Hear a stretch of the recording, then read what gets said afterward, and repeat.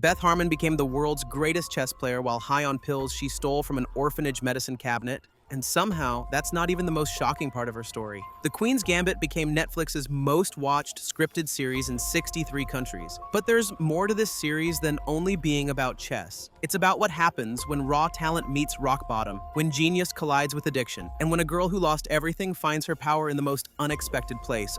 Season 1. Let's set the ball rolling in the 1950s with 9-year-old Elizabeth Harmon. Her world literally crashes when her mother dies in a car accident, landing her in Methuen Home for Girls. Now, this orphanage has a weird daily ritual. Every morning they line up these kids and hand out tranquilizer pills like candy, claiming it's to balance their disposition. Yeah, because drugging children always ends well, right? But the plot spirals in a way none of us saw coming. While other kids are stumbling around in a medicated haze, Beth discovers something magical in the basement. The janitor, Mr. Schabel, is playing chess by himself. And this isn't just any game. To Beth, those pieces start talking to her in ways she never imagined. She begs this guy to teach her, and at first he's like, "Kid, you don't even know how the pieces move." But Beth's already been watching, already learning. The moment he finally agrees to teach her, it's like watching a sleeping dragon wake up. Within days, she's not just beating him, she's demolishing him. Those tranquilizers that were supposed to calm her down, they're actually supercharging her chess abilities. She lies in bed at night, stoned out of her mind, and visualizes entire chess games playing out on her ceiling. It's like having a chess supercomputer running in her head, powered by prescription drugs. The kid's so good that Mr. Scheibel takes her to the local high school chess club.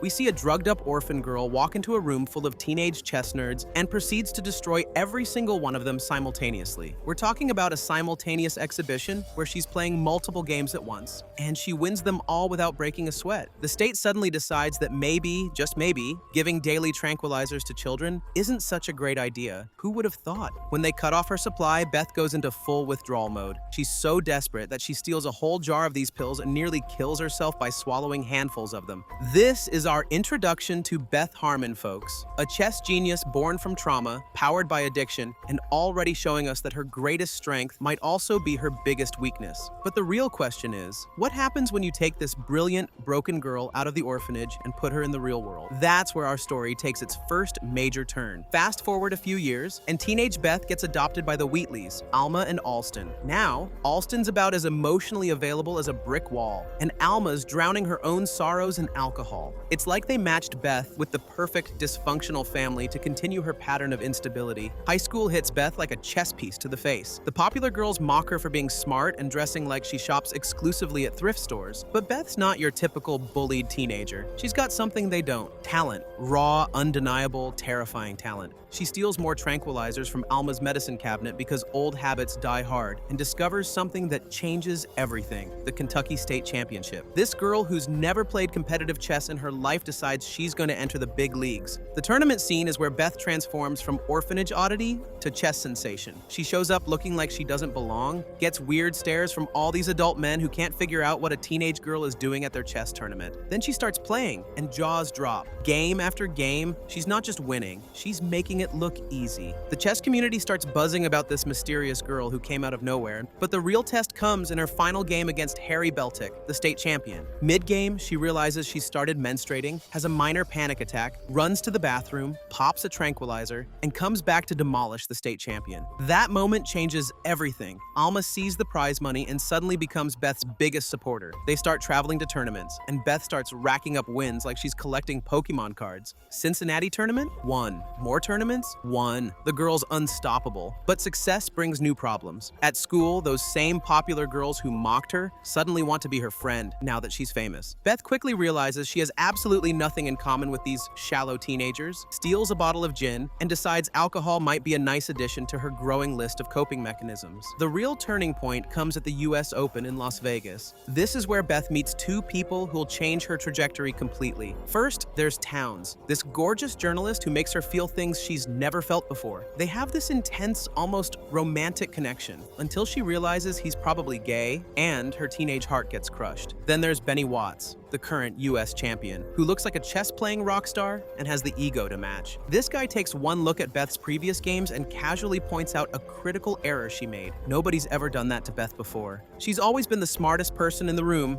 and suddenly she's not. Their game the next day is Beth's first professional loss, and it hits her like a freight train. For the first time in her chess career, she experiences doubt. Real, crushing, confidence-shattering doubt. They end up co-champions, but Beth knows something fundamental has shifted. She's no longer the untouchable chess prodigy. There are people out there who can challenge her, people who might be better than her. The question burning in everyone's mind, including Beth's, is simple. What happens when natural talent meets its match? How far is she willing to go to stay on top? By now, Beth's in her late teens, and her life is spiraling in ways that would make even the most seasoned chess players nervous. She's taking Russian classes because she knows that's where the real chess action is. The Soviet Union has dominated chess for decades, and if she wants to be the best, she needs to beat the best. Mexico City becomes her testing ground against international competition. She faces off against 13-year-old Soviet prodigy Georgy Girov in a game that lasts 2 grueling days. This kid is good, really good, but Beth manages to outlast him. For a moment, she feels like she's back on top. Then, reality punches her in the face. In a crowded elevator, she overhears the world champion Vasily Borgov and his team analyzing her weaknesses. These guys have been studying her games, finding flaws she didn't even know existed. When she finally plays Borgov, he destroys her with an opening she's never seen before. But the real knockout blow comes when she returns to her hotel room and finds Alma dead. Her adoptive mother, the closest thing to family she's had since the orphanage, is gone. The woman who supported her chess dreams, who traveled with her to tournaments, who believed in her when nobody else did, dead from hepatitis, likely made worse by her own drinking problem. Beth's completely alone now. Alston wants nothing to do with her or the funeral arrangements. She's an orphan all over again,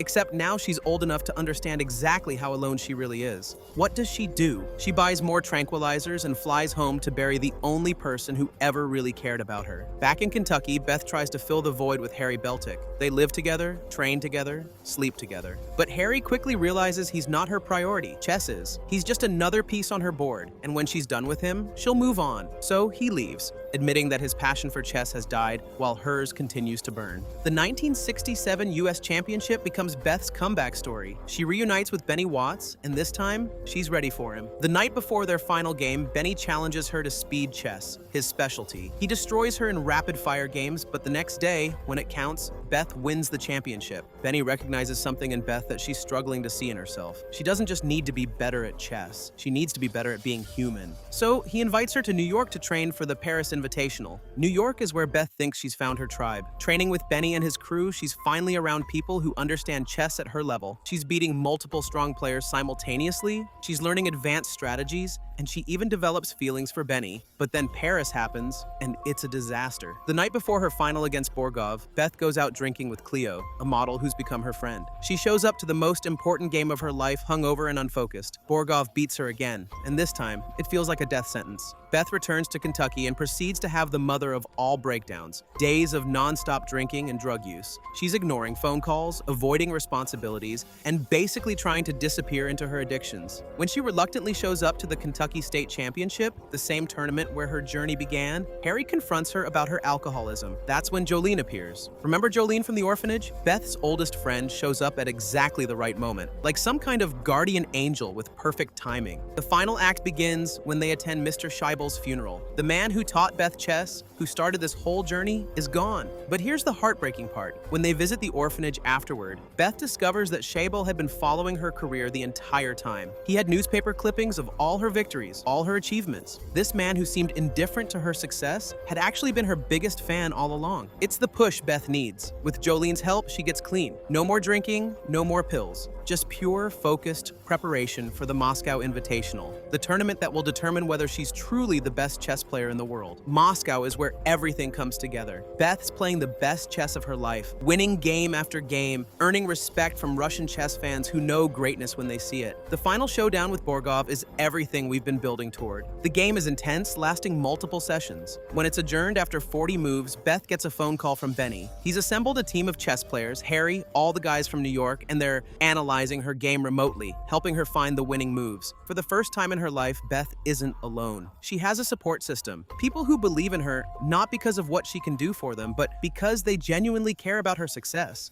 When play resumes, something magical happens. Beth doesn't need the tranquilizers anymore. She can visualize the game clearly, see all the possibilities, calculate all the variations. She's finally playing chess with a clear mind and a full heart. Borgov offers her a draw, essentially a tie that would maintain his status as world champion. Beth looks at the board, sees the winning combination, and refuses the draw. She plays the Queen's Gambit opening, the same opening that gives the series its name, and defeats the world champion. The celebration outside the venue is incredible. Russian chess fans, who have followed their own champions for decades, are celebrating an American teenager who just proved that talent and determination can overcome any obstacle. But the most beautiful moment comes at the very end. Instead of heading straight to the airport, Beth asks her driver to stop at a local park where older Russian men play chess for fun. They recognize her immediately and invite her to play. No pressure, no championships on the line, no money at stake, just the pure joy of playing the game she loves with people who share that passion. Beth Harmon started as a drugged-up orphan who found salvation in a basement chess game. She ends as the world champion, clean and sober, surrounded by people who respect and care about her. She learned that being the best isn't just about crushing your opponents, but finding balance, accepting help, and never losing sight of why you fell in love with the game in the first place. The Queen's Gambit shows us that sometimes our greatest weaknesses can become our greatest strengths, but only if we're willing to do the hard work of becoming the person we're meant to be. What did you think of Beth's journey? Did her struggles with addiction make her more relatable? Or did they overshadow her chess genius? Drop your thoughts in the comments. Hit that subscribe button if you love this analysis.